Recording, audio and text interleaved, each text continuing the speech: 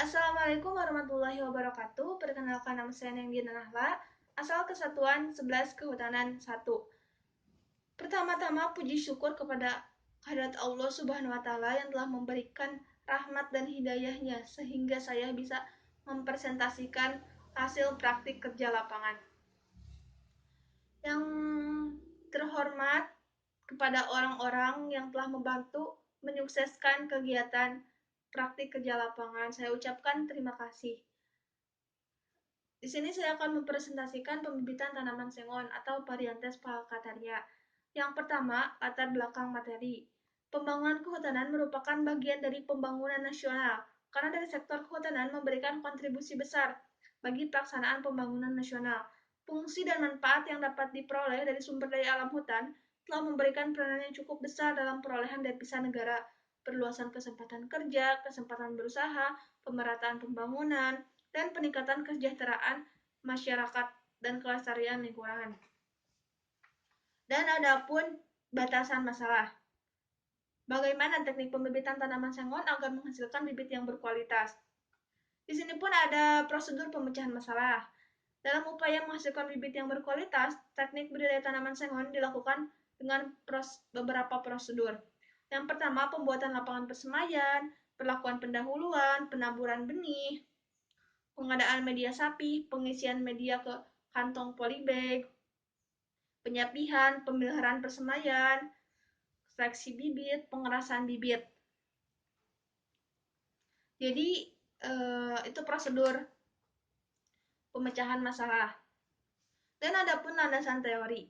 Menurut Peraturan Menteri Kehutanan Nomor 1P 1 Kemenhub 11/2009, bibit adalah tumbuhan muda hasil pengembangbiakan secara generatif atau secara vegetatif.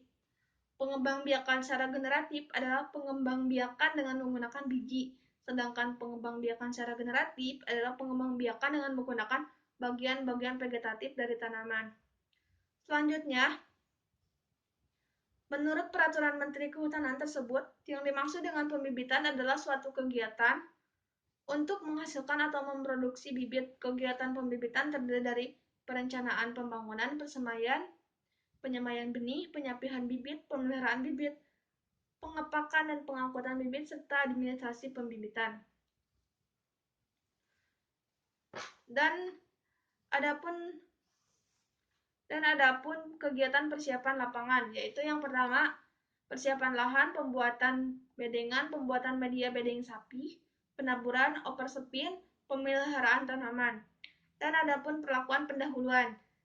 Yang pertama, rendam biji selama 12 jam dengan air panas pada suhu 50 sampai 70 derajat Celcius sekitar jam 5:30 atau jam 17:30.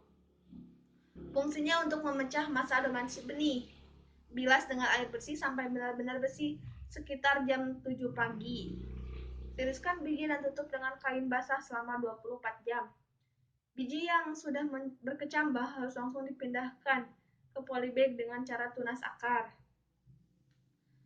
Dan adapun penaburan benih, kegiatan penaburan benih dilakukan dengan maksud untuk memperoleh persentase kecambah yang maksimal dengan menghasilkan kecambah yang sehat.